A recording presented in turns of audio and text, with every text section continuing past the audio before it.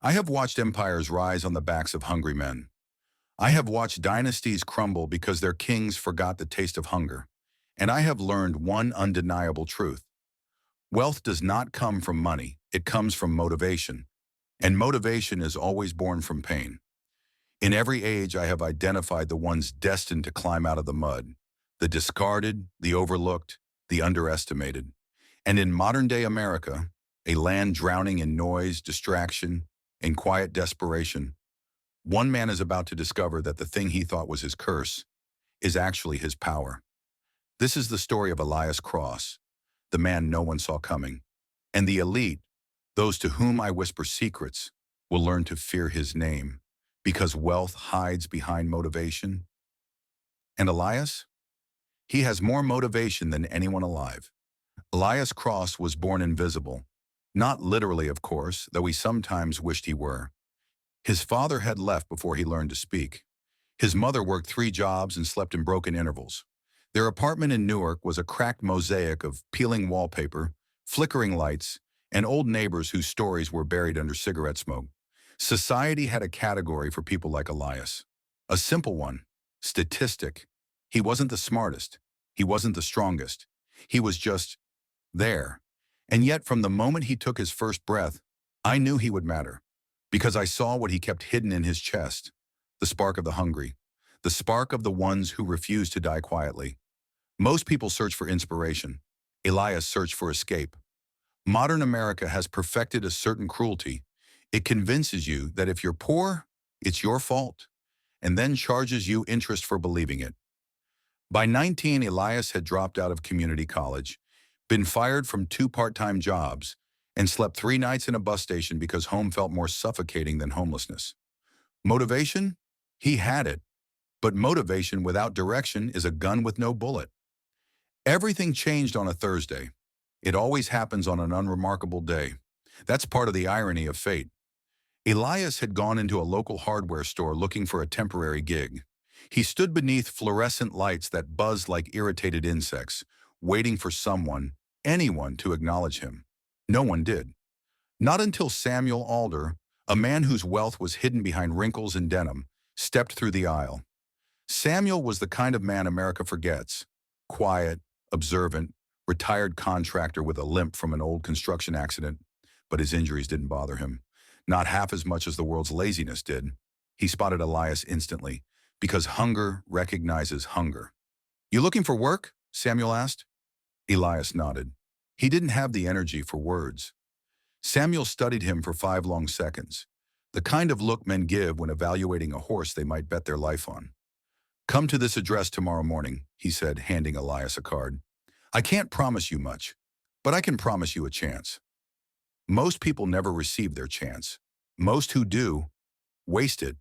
But not Elias Cross, because desperation, when honed, becomes destiny, and destiny, when claimed, becomes wealth. Samuel Alder didn't live in a regular house. He lived in what appeared to be an abandoned lumber mill on the outskirts of town, a place where dust slept heavier than the air, and silence felt carved rather than grown. Inside were blueprints, stacks of notebooks, and a massive, partially built machine that looked like the skeleton of a forgotten invention. "You built this?" Elias asked. Samuel smirked. "Began it. Never finished." "What is it?" "Opportunity," he said simply. Elias didn't know how to interpret that, but he didn't need to, because Samuel wasn't looking for comprehension. He was looking for commitment. For weeks they rebuilt the old mill. New lumber, new tools, new drive.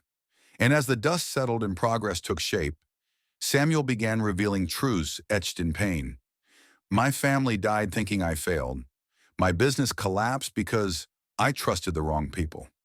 Wealth doesn't disappear, it changes owners. And most men never learn the game before they lose it." Then he'd point at Elias. "But you're different. You're angry. And anger is fuel." But Samuel never disclosed the one truth that mattered most. The one that I whispered to him decades ago. The one that shaped his career, his inventions, his downfall. The elite do not worship money. They worship leverage.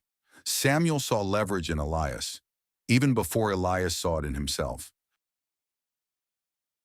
The machine Samuel was building wasn't meant for construction or demolition or anything practical. It was a prototype of a scalable, self-sustaining energy converter, a device that could reduce industrial energy costs by 65%. The kind of invention governments kill projects for, the kind of invention CEOs hide in basements, the kind of invention that could turn a nobody into a billionaire. "So why'd you stop working on it?" Elias asked one night. Samuel's eyes hardened. "Because someone told me to." Elias frowned. "Told you?" Samuel leaned forward. "In this country, there are three kinds of wealth. The wealth you work for, the wealth you inherit, and the wealth you're forbidden to touch." Elias felt the temperature of the room drop. "Who forbade you?" "You're not ready for that answer yet." Samuel wasn't trying to protect himself. He was trying to protect Elias from the truth buried beneath the American empire, that every fortune sits on top of a graveyard. But secrets, like seeds, only stay buried for so long. The breakthrough moment didn't come during a day of triumph. It came during a night of collapse. A circuit blew. The prototype sparked. A small fire broke out. Samuel burned his arm trying to stop it, and Elias, devastated, sat outside the mill, believing he had ruined the only opportunity he'd ever been given. Samuel approached him later, bandaged and exhausted. "You think this is where it ends?" he asked. Elias nodded silently. Samuel hit the ground with his cane so hard it echoed across the yard. "This is where it begins. You want wealth? Then you better fall in love with failure, because wealth hides behind motivation, and motivation hides behind pain." Samuel lowered himself beside him. "You have something I didn't. Time, hunger, a mind that hasn't been corrupted yet. You can finish what I couldn't." Elias looked at him. "But why me?" "Because," Samuel whispered, "I know who's been watching you." Elias blinked. "I'm sorry." "What?" Samuel stood. "You'll understand soon." And he left Elias alone with the crackling embers of his former doubt. I rarely intervene. I rarely reveal myself. But the night Elias Cross cried into his palms, believing the world had no use for him, I stepped into his mind like a quiet whisper. Not to control him, not to guide him, but to awaken him, because the world had spent 19 years beating him down, and he needed to feel something new, the possibility of greatness. "You are not broken," I whispered into the marrow of his thoughts. "You are becoming." Elias jolted awake, heart pounding. He didn't know my name. He didn't know my nature. He didn't know that for centuries I had whispered to the kings, the conquerors, the innovators. He only felt one thing, motivation, and that was enough. Elias attacked the invention with religious devotion. He studied all night. He worked all day. He failed more times than any sensible man could endure. But motivation, true motivation, turns pain into progress. Samuel watched quietly, never interfering, never praising too much, never coddling. He saw what I saw, a transformation. It took 6 brutal months. 6 months of broken parts, sleepless nights, and moments where Elias questioned if destiny was just a cruel joke. But then, the machine hummed, a low, stable, powerful vibration. Lights flickered. The output monitor spiked. The device was stable, scalable, revolutionary. Elias didn't cheer. He didn't celebrate. He simply sat down, overwhelmed by the realization that the world was no longer bigger than him. He had become bigger than his circumstances. Wealth didn't find him. He earned it, because wealth hides behind motivation, and he had enough for 100 men. The success of the machine did not go unnoticed. The elite class, the ones Samuel once brushed shoulders with, had eyes everywhere. Innovation threatens order. Disruption threatens empires. And a poor boy with a world-changing invention? That threatens everything.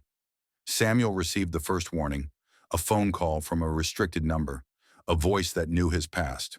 "Shut the project down. This is your only warning." Samuel hung up and said nothing, but I knew what he was thinking. They found us, and they won't stop. Elias noticed his unease. "What's wrong?" Samuel exhaled. "You're about to learn the truth about wealth, real wealth, the kind that doesn't accept competition." Elias waited. "Everything you've ever admired," Samuel said, was built by motivated men like you. Everything you've ever feared was built by the men who killed them. The elite made a mistake. They believed intimidation would scare Elias away. Instead, it ignited him. "They're not taking this," Elias said. "I fought too hard. We fought too hard." Samuel nodded. "I knew you'd say that." So they made a plan. Patent the design, email evidence to multiple legal firms, create digital backups, send the schematic to trusted engineers. But the moment Elias hit upload, the device shut down.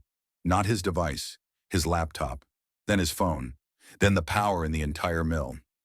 Samuel froze. "They're here." The men who arrived didn't carry weapons. 2 black SUVs, 3 suits, shiny shoes that had stepped on many dreams. Their leader, a calm man with silver-rimmed glasses, addressed Elias as though reading a script. "Congratulations," he said. "You've built something remarkable, and now we want to buy it." "It's not for sale," Elias replied. "You misunderstand. We weren't asking." Samuel stepped forward. "Leave the boy alone." "Boy?" the man repeated. "Samuel, he's a gold mine. Do you know how many young men in America try to build something of value? 99% fail, because motivation fades. But Elias here, his motivation is endless, and that makes him dangerous." Elias felt a cold shiver. "You can work for us," the man said, "or be erased by someone who will." It was not a threat, it was a fact. But Elias Cross was no longer the boy from Newark. He had become something else, a man with nothing to lose and everything to prove. Samuel smashed a chemical canister. Smoke engulfed the room. Elias grabbed the blueprint drive. They ran. The SUVs followed, a chase through back roads. Dust, headlights, the roar of engines. Samuel reached over, grabbed Elias's shoulder and yelled, "This is what wealth looks like. Not the money, the motivation to survive." Elias floored the gas. The SUVs rammed them. A cliff edge approached. "Jump!" Samuel screamed. They leapt out just before the truck tumbled down the ravine. Elias rolled across gravel, bleeding, bruised, alive. Samuel crawled toward him. "Listen," he wheezed. "You can't run forever. You must become what they fear." Elias understood. He didn't need permission. He needed transformation. Elias vanished from the grid, used the blueprint to build a portable version, not the complete machine, just enough to prove ownership, control, and digital leverage. Within months, he had investors, silent partners, a corporation built around clean energy, a legal team with teeth sharper than any agency dog. By the time the elite found him again, it was too late. Elias Cross was not a pawn. He was a king forged from pain, a king whose wealth was built on nothing but grit, a king driven by the one currency every empire underestimates: motivation. I have watched geniuses rise and fall. I have watched billionaires crumble under the weight of their own boredom.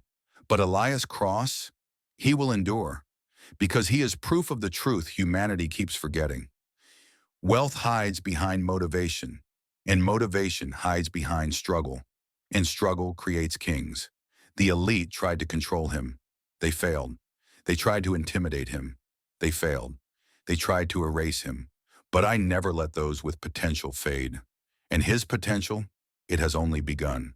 As long as men like Elias exist, men who refuse to bow, there will be cracks in the walls built by the powerful. And through those cracks, legends rise. I will continue watching. I always do, because the game never ends. And the next hungry soul is out there, waiting for their chance to choose motivation over surrender.